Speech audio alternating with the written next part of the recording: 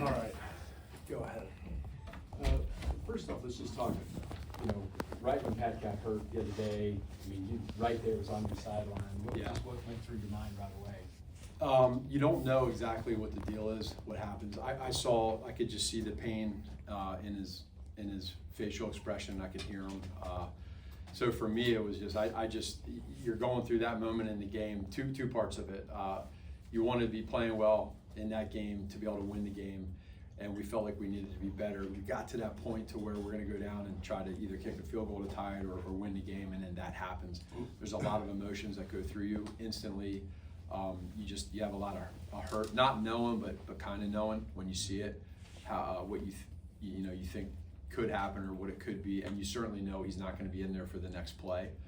So there's a lot of emotions. It's an emotional game. That Patrick puts in so much time and investment into what he does, and he battles, and then for that to happen in that moment was hard. But we as coaches and as players for the rest of that game have to fight through that, and then it's very emotional in the locker room after the game, and it's a feeling I'll never forget for the rest of my life in that locker room afterwards for many reasons. And I do know that he's going to come back stronger than ever. I believe that, and I know it started a few days ago.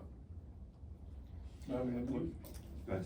when you look at, I just want to ask about the complication of the offense has played very well in stretches over the course of the season. Mm-hmm. It's, fourth quarter moments where, and I don't just mean this last week, but over the course of the season where it hasn't showed up. Like, how do you evaluate that as a coach when you see it consistently, but then not in those significant moments? Yeah, you're spot on. You're right. You look back, and I think that's probably the part that's the most frustrating part is the lack of consistency. Every team has injuries in the league. Every team has things that go on within a game. They all handle adversity. When you go through these moments, and let's face it, there's been a lot of success in this organization in the last 13 years, a lot. So when you stumble into some of this where you're trying to search and find out, like, why is it? We had a stretch there this year on offense where we were probably as confident as we've been in years.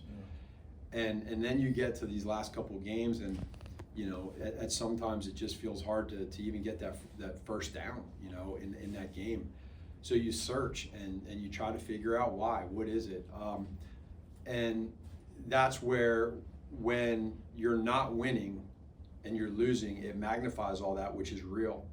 And there's a lot to it. So I think it's very important for us as a staff to make sure that right now we know that we have 3 games left. We owe it to our players, we owe it as coaches, we owe it to the city to go out for these last 3 games. As much as people, there's no playoffs ahead of us, we still have to work to be better, and it's our job. So there's honest communications. We talk about accountability, we talk about honesty, we talk about commitment and consistency.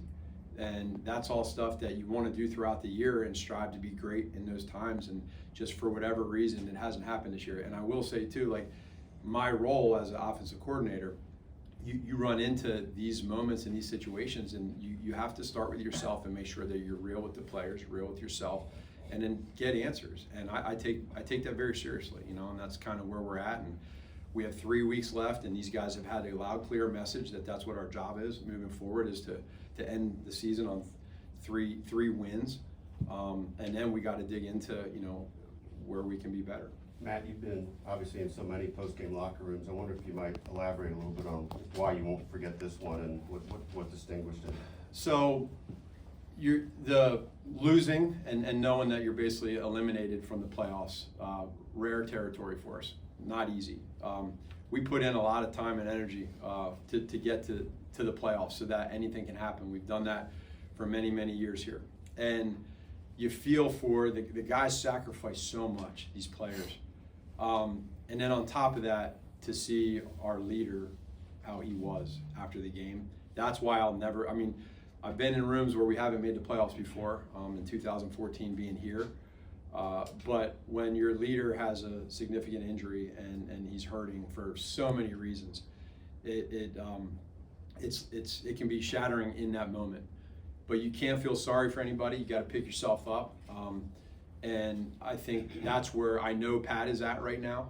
And so when you talk to him, when you communicate with him, and you know where his spirits are and what he's going to do off of this, the only way to look at this in a positive light, which I think is sometimes really hard for people, is to, as much as it stinks right now that we're going through this, hopefully there's a silver lining for everybody, for why. And whatever that is, I don't know, but you have to believe that, and then you have to stick together. And it's not easy in today's world to do that, but the people that go through it, they tell on themselves when adversity hits, it reveals their character, and that's real.